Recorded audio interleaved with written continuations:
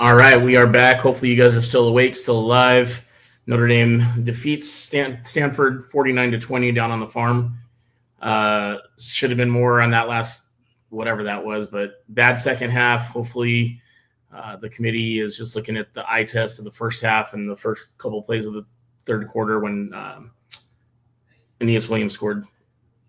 Stats? Yeah, that was ridiculous. I don't really know how to nicely put it right now. That was kind of awful to watch in the second half there. First half was great. We held Stanford to their lowest point total in the first half all season. We scored the most Stanford's ever allowed in the first half this game. We got outscored 14-17 in the second half. That's ridiculous. But, 524 total yards offense. They had 312. Jeremiah obviously, had some issues with his ribs with that one defensive tackle landed on him. Funny enough, Aeneas Williams was the leading rusher today. Yeah, he looked good. 83 rush yards compared to Price's 15 rush yards for Price. Interesting. Wow. But he caught a touchdown. He receiving touchdown. And J-Lo finished with what? 66 rush yards, 1 rush touchdown, 72 total yards. So I don't think he broke the yards record. He broke the touchdown record, but that's it. I think he tied the touchdown record. Let's see. Rich Dutcher, I'm Go Irish. I'm still awake. Yeah, if you guys are still watching, you guys are you're still up your studs because what is it over there? It's about 3 or is it 2? I think it's 2. Either way, that's late or early. 10. Brian Campbell, great point. Now we play the waiting game. Don't like going through the motions in the third quarter. Yeah, that third quarter was rough. Andy Peters says, did giving up those last 2 TDs to the trees screw our chances? I don't think so. I mean, I think at the end of the day, once again, it's going to come down to Bama and BYU and how their games go next Saturday on their conference championship games. That is 20-21. Okay, that's from Dennis. Thanks, Dennis.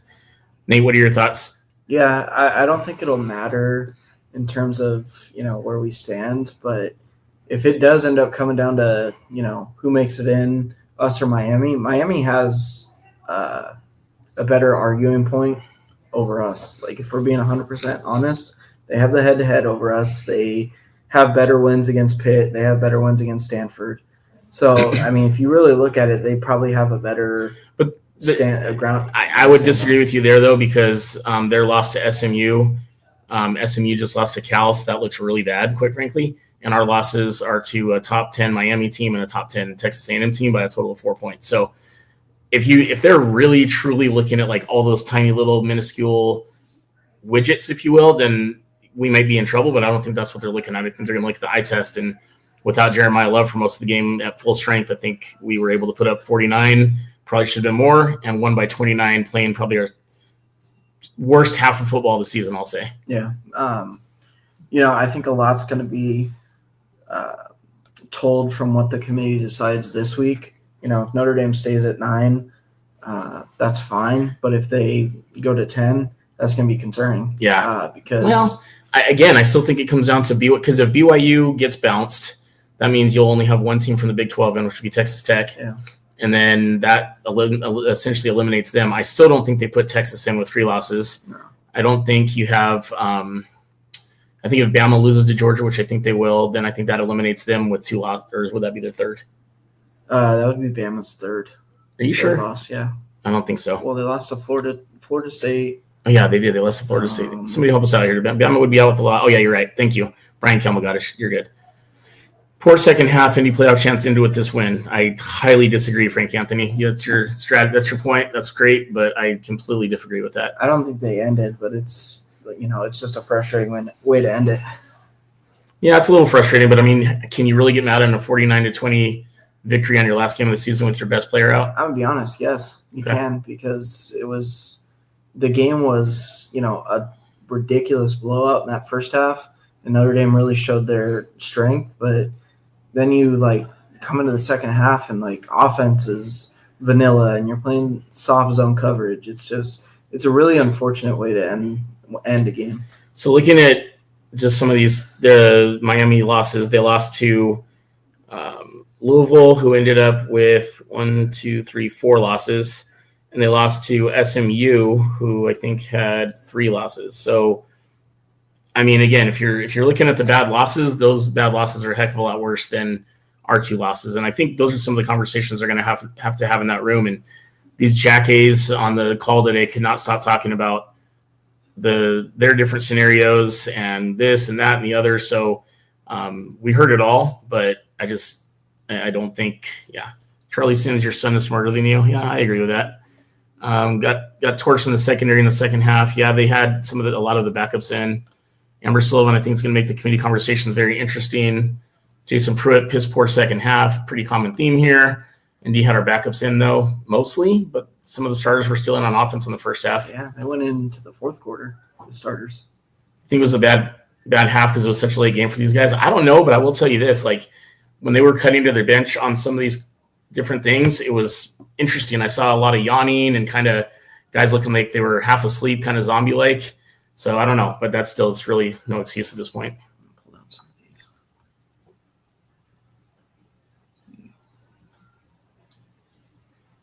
Do we think we swap with Oklahoma? They struggled with LSU before the game. I think we would have. I would have said yeah, but after this, no chance. No, we're not getting a chance. We swap with Oklahoma. Yeah, and it really doesn't matter. I mean, again, BYU versus Texas Tech and Bama versus Georgia is literally what it's going to come down to. I truly believe that. I think Georgia's going to win, and Texas Tech, I think, is going to throttle BYU. I don't think BYU is very good, quite frankly. I think they've had a pretty soft schedule other than Texas Tech. So that's just me, though. See, Chad Fellers, if Bama wins the SEC, they probably deserve to jump Indy. Yeah, they will jump Indy. Yeah, you're probably right. But then does Georgia jump out with 2 losses? I mean, it's just there's so many factors that are going to be at play here. We just need to root for Georgia and Texas Tech, which makes me sick to say next weekend. Let's see. Oh my God, they got on my last nerve. They're incessant yapping about the different scenarios. It felt like they just phoned it in with their announcing efforts. Yeah, the second half, just like the way some of our play was, the commentating was absolutely god awful in the second half. The quarterback's name is Charlie Meyer, not Meyrer. Like, how do you get that wrong? And then ESPN also, I don't know if you guys noticed this, we put it on our Instagram story, but they put Jeremiah Love up there when he broke the record, and they spelled his name wrong. So good job, ESPN, paying attention to everything. Yeah. Took the gas off the pedal too soon, 100%. Yeah, BYU is not very good. I feel like we can say that every year. BYU, Brock Osweiler sucks. He's an Indy hater. Which margin victory was better? I mean, 29 is not terrible. I think Miami won by 34, 35, but it's 42-7. So it's 35. Yeah. So they had a 6-point better deal. Yeah. They also called our quarterback CJ Price. Yeah, they were really bad, and that's Brock Osweiler's second time calling Notre Dame. So it's kind of surprising that he had so many mess ups, but that's besides the point. SMU loss helps Indy too. That's from Kevin McNeil. I brought that point up earlier. That definitely helps. I don't care what you say. The losses that Miami has are a lot worse than the losses that we have. Plain and simple. Yeah, this part right here, Tanner TC. Did you see number 14 pushing his weight down on J-Lo's ribs with his knee? Yeah, I saw, and it pissed me off because it was very blatant. It happened after the play was over. J-Lo was trying to get up. 14 decided to throw a Macho Man flying knee at him in his rib cage, and that could have been really ugly. Thankfully, he got up and he looks like he's going to be okay, but yeah.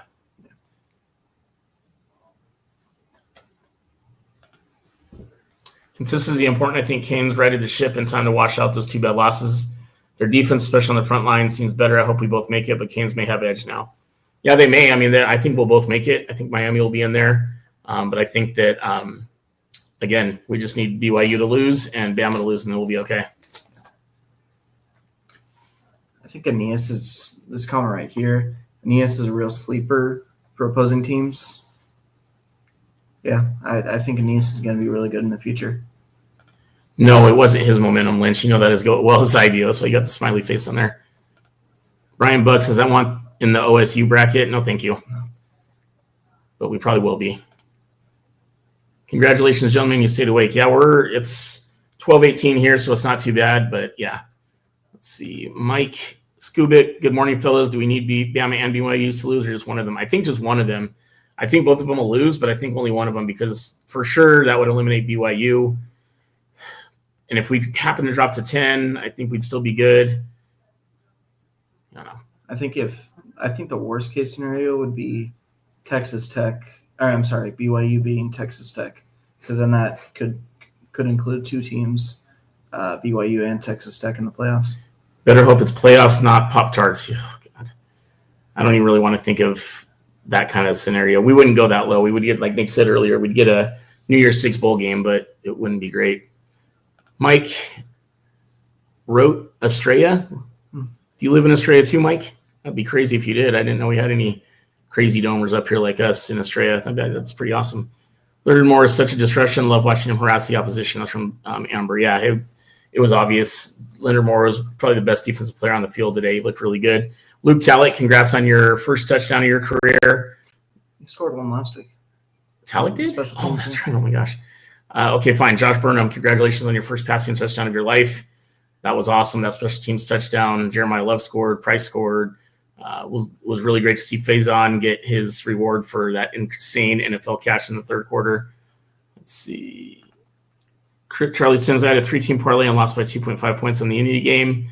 Wish they could have scored there at the end. Yeah, I think we all do, Charlie. That would have been nice, whether it's for your parlay or not. Where do you live, Mike? You said close enough. Where's you? Oh, Pebble Creek. Okay, so Pebble Creek down. Okay, that is pretty close.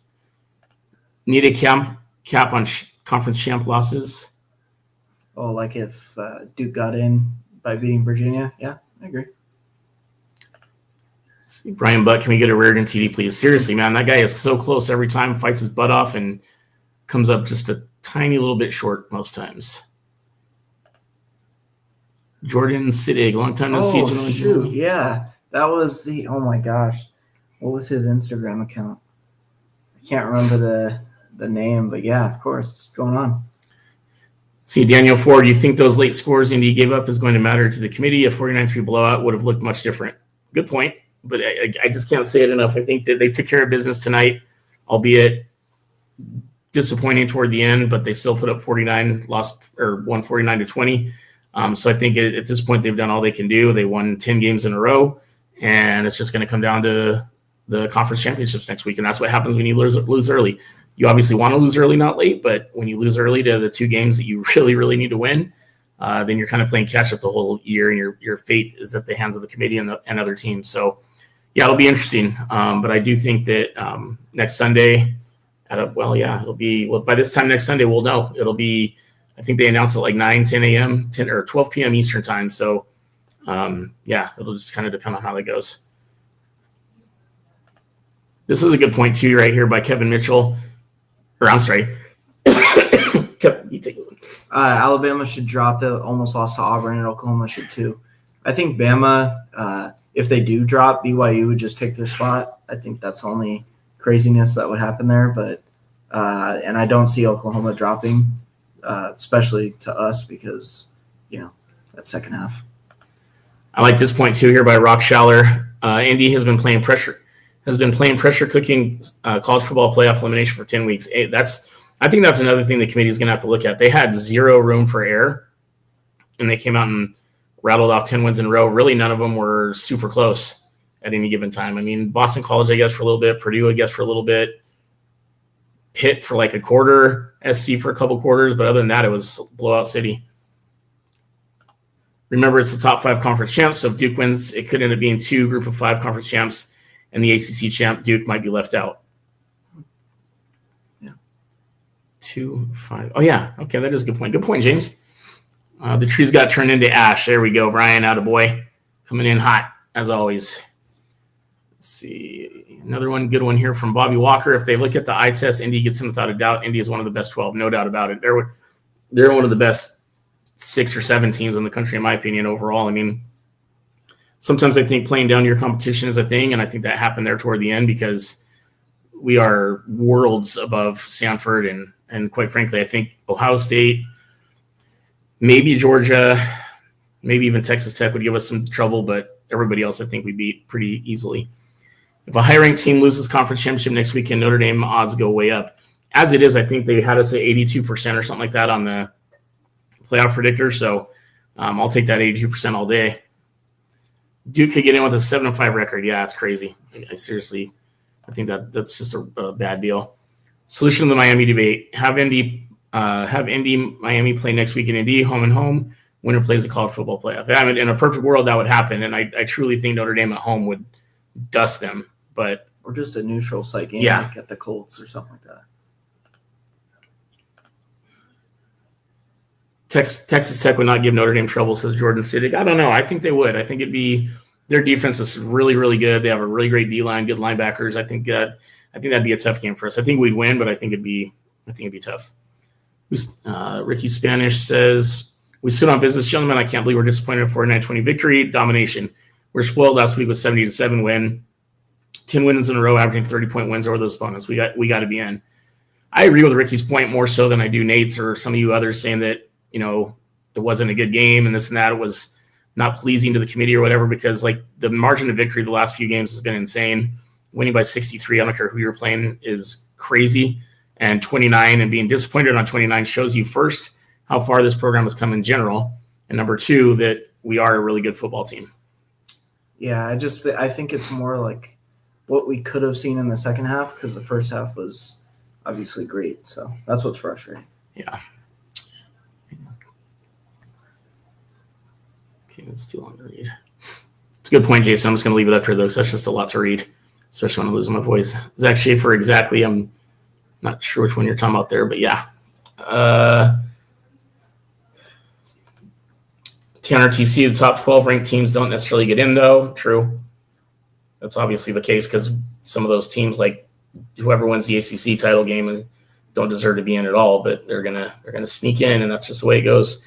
Virginia is actually a fun team to watch this year. Yeah, they're not bad. I like Coach Elliott quite a bit, and they have Jaden Thomas, so obviously it'd be nice to see him get in the playoffs, but I just don't think they would do anything against these top 10 teams, top 9 teams. Yeah, for sure.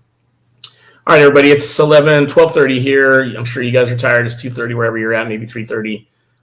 Appreciate you guys watching. We're going to say goodnight, and we'll be doing a show next weekend to kind of talk about